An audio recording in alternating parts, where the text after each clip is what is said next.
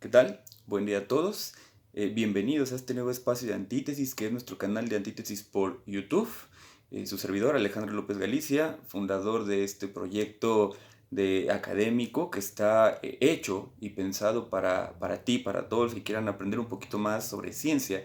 El objetivo de este espacio, te platico rápidamente, es que podamos difundir conocimiento científico al alcance de tu mano. Es un canal que está pensado para gente que no es especialista en ciertas áreas, pero que quiere informarse, quiere aprender, ¿no? Y para aquellos que ya tienen un conocimiento científico, es un espacio que los va a invitar a la reflexión. El motivo de la creación de este proyecto Antítesis, te platico rápidamente, antes de dar inicio con esta pequeña videocápsula que hemos titulado El pensamiento humano y el camino hacia el desarrollo, ¿no? Déjame empezar a platicarte un poco de este proyecto. Antítesis nace como parte de un trabajo que se ha estado llevando por espacio como de 7 o 8 años aproximadamente, que está orientado a la reflexión y a la búsqueda del mejoramiento del conocimiento científico que tenemos el día de hoy. Verás que una de las realidades educativas modernas, sobre todo en el sector particular, es que, bueno, como estudiar a nivel superior implica de alguna manera un gasto económico, de repente ya no hay espacio para poder como comprar material actualizado, ¿no? Entonces mucho de la formación académica que se da en los espacios particulares se sustenta en el uso, en el empleo de material que se encuentra en PDF, en libre circulación en la red. Un material que por sus condiciones, bueno, científicamente tendrá como algunas carencias. De entrada, muchos de esos materiales no son actualizados, aunque actualmente, valga la redundancia, ya podemos tener acceso a materiales más recientes. Sin embargo, es conocido en el mundo científico que toda vez que se ha publicado un libro, ese libro básicamente ya está desactualizado porque compila el abordaje de un objeto de estudio que fue interés de aquella persona que lo escribió, disculpen ustedes, a través del tiempo, y que el día que se publica, bueno, ese fenómeno ya fue superado, ¿no?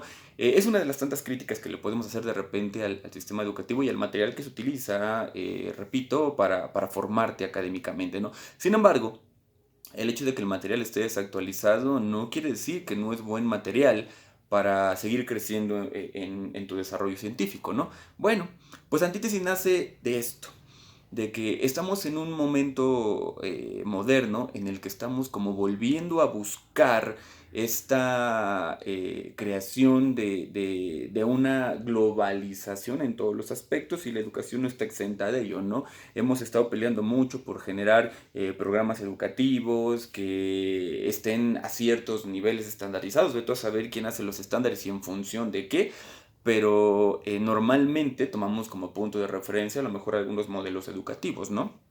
A lo que voy con esto es que se han creado organizaciones, se han creado asociaciones que se dedican a medir la calidad educativa en los distintos espacios, y bueno, las normas con las que medimos la educación son muy variables en función de quién la está midiendo y qué es lo que está buscando, ¿no? Aunque en muchas ocasiones no nos queda muy en claro esto. Bueno, regreso a Antítesis. Antítesis es el proyecto pensado con la intención, vaya, no solamente de que tengas acceso a un conocimiento científico, sino que también puedas cuestionar el conocimiento científico. Tu servidor, entre muchas de las cosas a las que se hace, se dedica a la docencia y entiende o ha entendido a través del tiempo que el primer paso en la educación, probablemente, y aún así lo podemos cuestionar, es que tú te hagas de una base teórica, ¿no? Te hagas de un breviario cultural que conforma la base de tu práctica profesional y de tu formación académica, pero ese es el primer paso, ¿no? Conocer los avances científicos, conocer los postulados, las teorías que inundan a tu carrera. En un segundo momento, el trabajo de todo científico es poner en práctica estos conocimientos científicos contra la realidad y a partir de ello empezar a cuestionarlos para nutrirlos de nuevos materiales que permitan el mejoramiento de este conocimiento científico, ¿no? Te platico esto porque una de las realidades a las que se enfrenta el estudiante universitario en particular, pero en realidad la educación en general, es que mucho de lo que se enseña dentro de las aulas a veces no compagina de manera precisa con lo que realmente sucede allá afuera, ¿no? Y esto a razón de muchas cosas. La primera de estas, bueno, que las teorías de las que nosotros nos valemos para poder explicar la realidad social no son teorías que son creadas en el contexto en el que las enseñamos, ¿no? Por ejemplo, en el área de psicología, nosotros hacemos uso de teorías que vienen de Europa, de Estados Unidos, es decir, que son teorías que piensan a un hombre en un contexto, en una sociedad específica, que no es ni nuestro contexto ni nuestra sociedad. Entonces, nuestro trabajo como profesionales, nuestro trabajo como científicos es tomar ese conocimiento que se sugiere como un conocimiento sobre el hombre, aplicarlo al hombre en nuestro contexto y sobre ello mejorarlo, cuestionarlo, buscar nuevas teorías, ¿no? Te platico esto porque en algún momento del camino los planteamientos científicos y las formas de hacer ciencia, bueno, van evolucionando, ¿no? Cuando logramos salir de la época oscurantista, cuando la religión, la iglesia era la que dominaba al conocimiento, pues el hombre se hartó de estas explicaciones metafísicas, ¿no? Por llamarlas de alguna manera, y comenzó a buscar explicaciones en la realidad. Explicaciones que pudieran a él darle cuenta del por qué se producen los fenómenos y el porqué de lo que nos rodea. Y a eso le podemos llamar el primer momento del conocimiento humano, ¿no? Cansados de ese pensamiento mágico, místico que se nos había impuesto como la forma de saber, como la forma de aprender, el hombre quiso empezar a mirar al mundo con sus propios ojos y de aquí nace un modelo científico al que le llamamos el positivismo científico, ¿no? La característica especial del positivismo científico la conocemos todos de alguna manera, ¿no? Podemos sustentarla bajo un pensamiento popular al que le hemos hecho como un refrán o una frase, ¿no? Que dice hasta no ver, no creer. Entonces, el mundo científico positivista intenta ver y hasta que no lo ve y no lo reproduce no puede ser un conocimiento confiable. La ciencia positivista intenta demostrar que siempre hay un orden, que siempre hay una lógica en todas las cosas que ocurren en el mundo, ¿no? Y efectivamente hay los objetos que no son humanos, funcionan perfectamente bien bajo esta lógica porque de alguna manera sí reproducen como ciertas constantes, ¿no? Como la matemática, por ejemplo, que 1 más 1 siempre va a dar 2 y no va a importar si el número 1 está de buenas o está de malas, si tiene 20 años, 50 años, el 1 más el 1 siempre nos va a dar 2.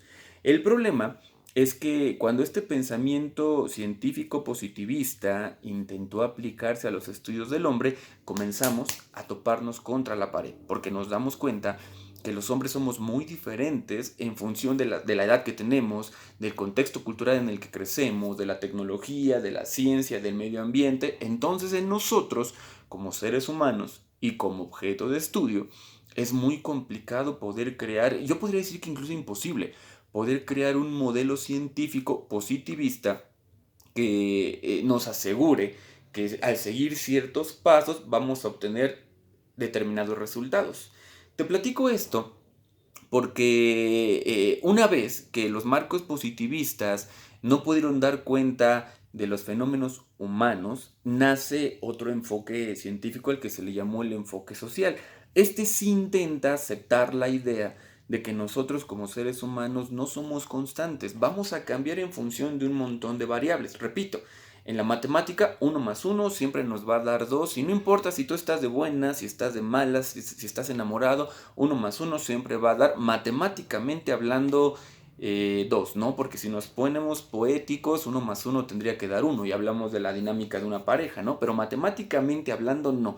Ese principio siempre se respeta, ¿no? Otro principio positivista es que si tú le aplicas calor a un líquido, en determinado momento, cuando este líquido se caliente, pues va a comenzar a evaporarse, ¿no? Entonces, la mayoría de los líquidos, porque no soy el especialista en esto, va a apelar a este razonamiento de que si tú aplicas calor, entonces se van a evaporar. A esto se le llama el positivismo, que podemos comprobar que hay una causa y hay una consecuencia. Pero esto aplica, repito, para los objetos de estudio no humanos. Pero para aquellos objetos que son humanos no hay una causa y no hay una consecuencia. ¿no? El comportamiento humano depende de múltiples variables, ya los habíamos comentado. Sin embargo, los científicos positivistas, repito, que estaban cansados de las cosas que no podían ver y no podían medir y no podían controlar por sus propias manos, intentan comenzar a crear explicaciones positivistas que les den poder sobre el hombre para poder controlarlo. Y entre estas nace, por ejemplo, el conductismo, ¿no? El conductismo intenta demostrarnos que hay una causa, un estímulo, que si tú aplicas constantemente siempre va a dar determinada consecuencia. Y en cierto sentido sí. En cierto sentido sí podemos condicionar a una persona a que si tú le presentas un estímulo, esta persona va a responder siempre de la misma manera, ¿no? De manera muy breve, un estímulo es algo que hay en el medio ambiente a lo que los seres humanos reaccionamos, ¿no? Un estímulo es como una palmada en la frente o en la cara de una persona y la respuesta automática es que la persona parpadea, ¿no? De alguna manera sí podemos como determinar o como explicar que si yo palmeo enfrente de los ojos de alguien, la persona en automático va a cerrar los ojos, ¿no? Sin embargo, eso no es la única conducta humana que tiene una persona, ¿no? Una persona tiene muchas otras conductas que no se van a ajustar a estos principios y ahí es donde el positivismo comienza a chocar, ¿no? Y aparecen los modelos científicos sociales que dicen, mira, espérate, ojalá el ser humano fuera causa-consecuencia y en cierto sentido sí, pero no podemos asegurar que esta serie de causas siempre va a producir esta serie de consecuencias. Porque de ser posible, entonces tendríamos una sociedad ideal, no tendríamos los problemas sociales que tenemos el día de hoy, no tendríamos la delincuencia de la que nos quejamos, no tendríamos la corrupción, la criminalidad y N cantidad de cosas que no nos gustan. Si realmente los seres humanos pudiéramos ser programados y tuviéramos una fórmula de causa-consecuencia, muchos de los problemas que tenemos el día de hoy no existirían. Pero como no es el caso, tuvimos que aceptar que los seres humanos tenemos muchas razones para tener comportamientos que a veces inclusive no pueden ser explicados por los marcos teóricos racionales que nosotros tenemos, y aquí entran las ciencias sociales, que reconocen que la conducta de un ser humano va a depender no solo de una causa y una consecuencia que se van a repetir de manera invariable, sino que estas pequeñas causas que generan las consecuencias se pueden ver afectadas por factores económicos, políticos, culturales, sociales, ideológicos, etcétera, ¿no?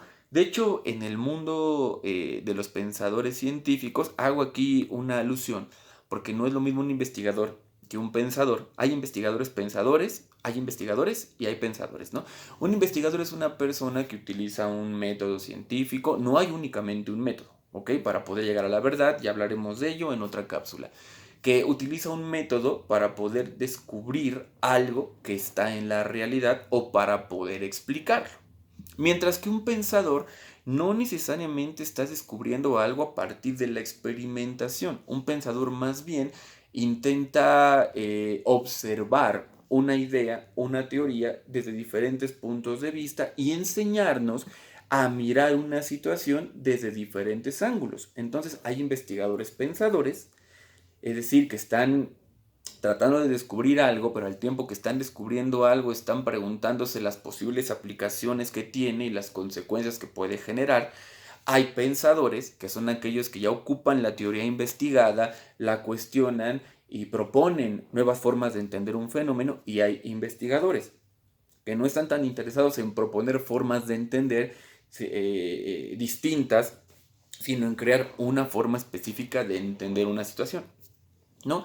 Y bueno, pues el motivo de este espacio de antítesis, más que enseñarte a ser un investigador, es promover en ti el pensador que tienes en el interior, porque las ciencias sociales reconocen que en cierto sentido muchos de los problemas que nosotros tenemos como sociedad vienen de las creaciones cognitivas, es decir, de la manera en la que nosotros pensamos los problemas personales y los problemas sociales. Según cómo los pensamos, según cómo los enunciamos, entonces van a tener un efecto diferente en la realidad, ¿no? Te voy a poner un ejemplo. En otro momento histórico, independientemente de si estás o no estás de acuerdo con lo que te voy a decir, en otro momento histórico eso no importaba, las reglas sociales eran unas, ¿no? Y por ejemplo, había gente que decía, yo quiero ser una gran mujer, ¿no? Y cuando tú le preguntabas qué era una gran mujer, en ese pensamiento histórico de ellos, teórico, paradigmático, como tú le quieras llamar, la idea de quiero ser una gran mujer era aspirar a casarte, a buscarte un buen marido, a tener hijos, a educarlos, ¿no? Y para ellos esto estaba bien. Pensar otra cosa que no fuera eso no significaba una gran mujer, ¿no? Si una mujer dijese en aquellos entonces, es que yo quiero estudiar, la sociedad a lo mejor le diría, está bien, ¿no? Pues no es lo que esperamos de ti, o sea, no te lo estamos prohibiendo, pero no es lo que esperamos de ti porque una gran mujer, pues, aspira a casarse, ¿no? Y hoy el pensamiento histórico social es diferente, ¿no? De hecho, antes el matrimonio era una figura, la familia era una figura anhelada por todo el mundo, y hablo de todo el mundo. La mayoría estábamos de acuerdo en que eso era lo que teníamos que hacer como seres humanos. Hoy, la forma en la que pensamos el matrimonio es diferente y notarás que hay multiplicidad de significaciones de una sola cosa, ¿no? El día de hoy hay gente que ya entiende el matrimonio como una forma de fracaso, la paternidad como una forma de fracaso. Y antes no, antes la gente decía, no, hay que tener hijos porque los hijos son el motor para sacar adelante una familia. Hoy podemos pensar diferente y decir, no, ni madres, tener hijos no es el motor de una familia, no, tener hijos al contrario, es un lastre. Entonces la forma en la que pensamos las cosas podrían o no convertirse en una situación que nos dificulte la vida. Y entonces este espacio está hecho para eso, ¿no? Apelamos a las ciencias sociales, pero también apelamos al pensamiento, lo que significa que lo que tú vas a encontrar aquí, en este grupo de antítesis, además de teorías que están expuestas en libros que fueron propuestas por investigadores, también vamos a pensar sobre esas teorías.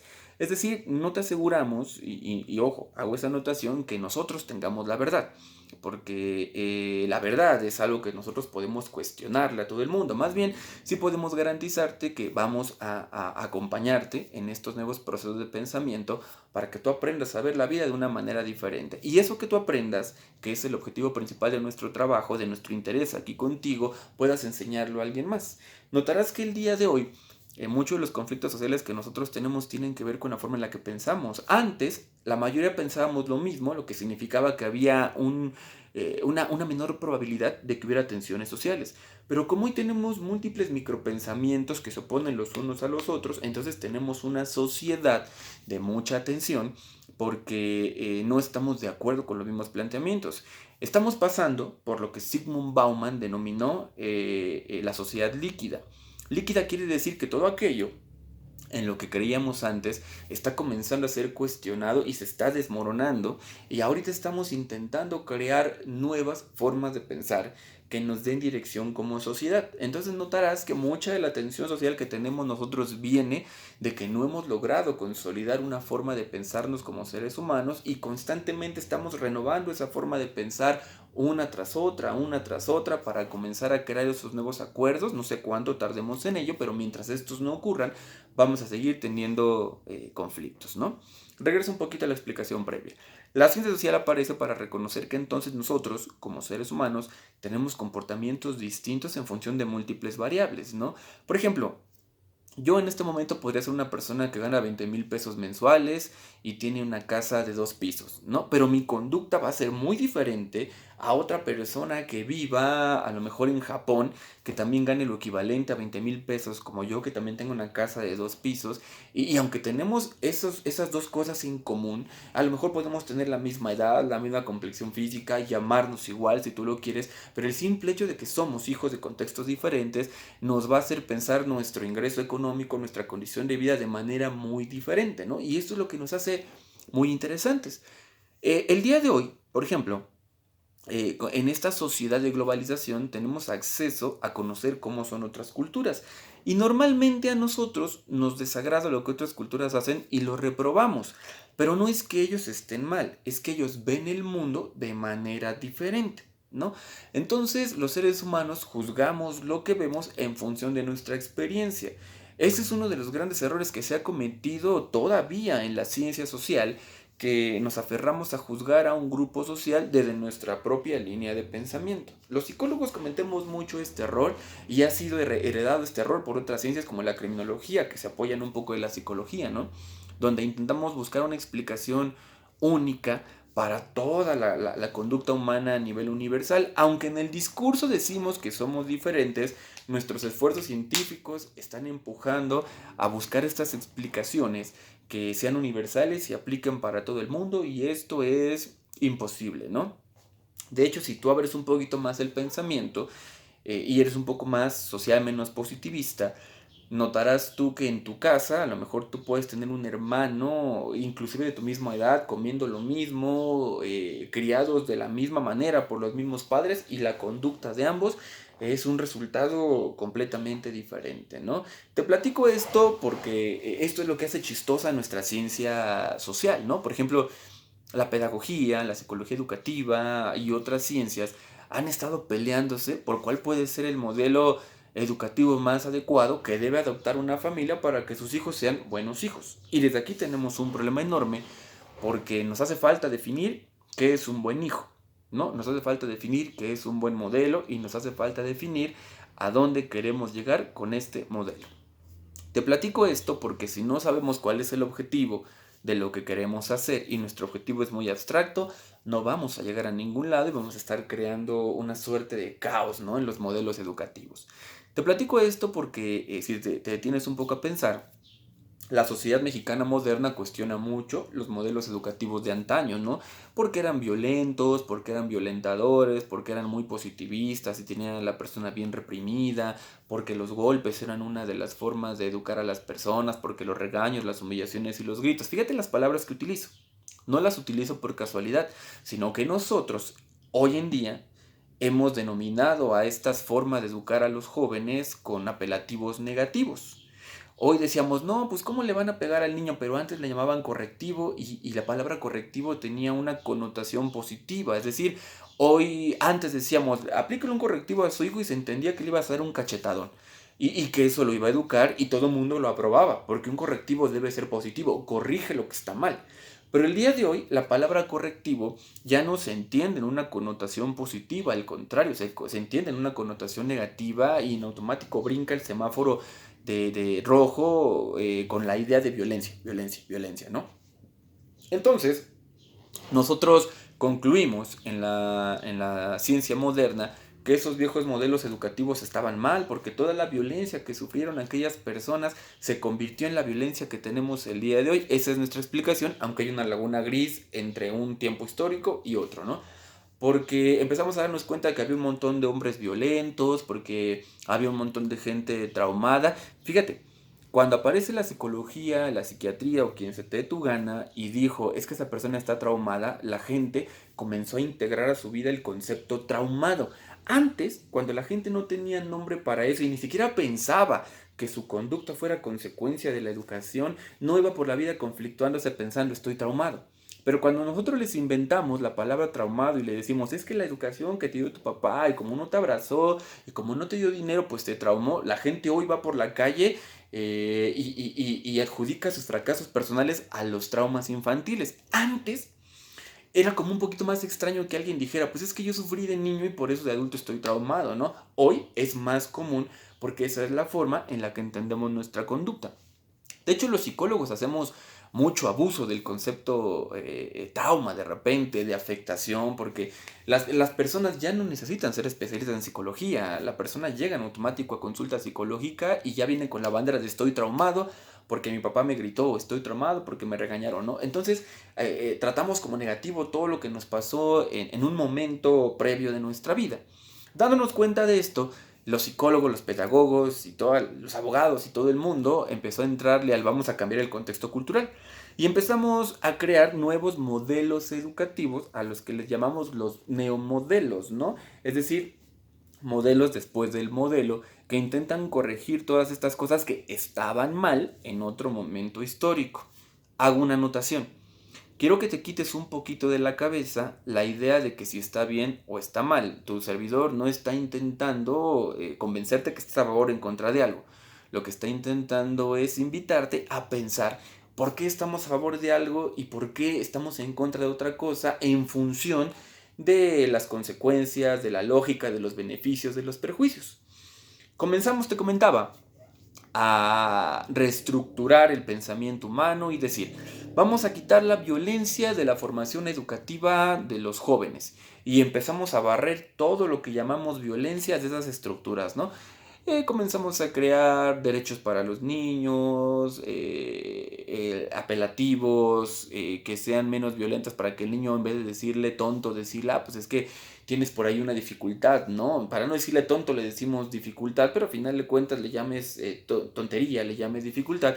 El sujeto está presentando ahí una suerte de complicaciones para integrarse a la vida, ¿no? Digamos que sí importa cómo llamamos las cosas, pero más que el nombre que les damos a la cosa es el significado que la cosa tiene. Asunto de otro video. Y entonces comenzamos a crear estos nuevos modelos educativos libres de violencia pensando que esa era la panacea para nuestros problemas sociales. Si tú observas el día de hoy cómo está integrada nuestra sociedad, notarás que tenemos violencias distintas de las violencias de antes. Y cabría preguntarnos dos cosas. Número uno, la violencia que vivimos el día de hoy es un nuevo tipo de violencia, producto de que quitamos lo viejo y pusimos lo nuevo, o la violencia que vivimos el día de hoy sigue siendo la misma violencia de antes, pero como ahora les dimos significados más pesados a las experiencias, vivimos más traumados. Es decir, el ser humano se compone de dos tipos de experiencias, las personales y las sociales. Te voy a poner un ejemplo, quiero que lo pienses, estamos por cerrar el video. Antes, cuando la gente no reconocía el concepto de estoy siendo violentado, la persona se enfrentaba a la vida porque el mensaje era aguántate, eres fuerte, resiste, ¿no? Apelando a una filósofa posmoderna, podríamos decir que la sociedad antes te decía sonríe, sonríe, que nadie te quite tu sonrisa, esto es tuyo, ¿no? Entonces a ti te iba bien mal y te pegaban y la vida te maltrataba, pero tú no ibas pensando me va a traumar, tú ibas pensando en voy a resistir. Lo que significa que muy probablemente el sujeto se hacía de una constitución yoica fuerte, ¿no? El día de hoy a eso le llamamos consecuencia del machismo, porque el hombre no podía expresar su dolor, porque el hombre no podía expresar sus emociones, sus sentimientos, etc. El día de hoy tenemos una sociedad que ya puede expresar, es decir, una sociedad a la que le dijimos eso está mal. Entonces, cuando yo noto que algo está mal con el otro, ya no espero a que se agrave. En ese momento yo pongo un alto. Lo que significa dos cosas. Número uno, que yo ya no me voy a exponer a los niveles de violencia de antes. Como ya no me voy a exponer a los niveles de violencia de antes, eso va a traer como consecuencia también que yo no me voy a robustecer yoicamente ante ese tipo de violencias. Y dos, me voy a volver un poquito más débil frente a las violencias que no estén registradas en mi experiencia porque yo les puse el alto desde el principio.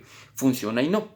Funciona porque las personas civilizadas, como presuntamente somos nosotros, podemos evitar que el otro se vuelva tan violento con nosotros y hasta ahí funcionan nuestras estrategias porque solo desarrollamos habilidad para tolerar ciertas cosas.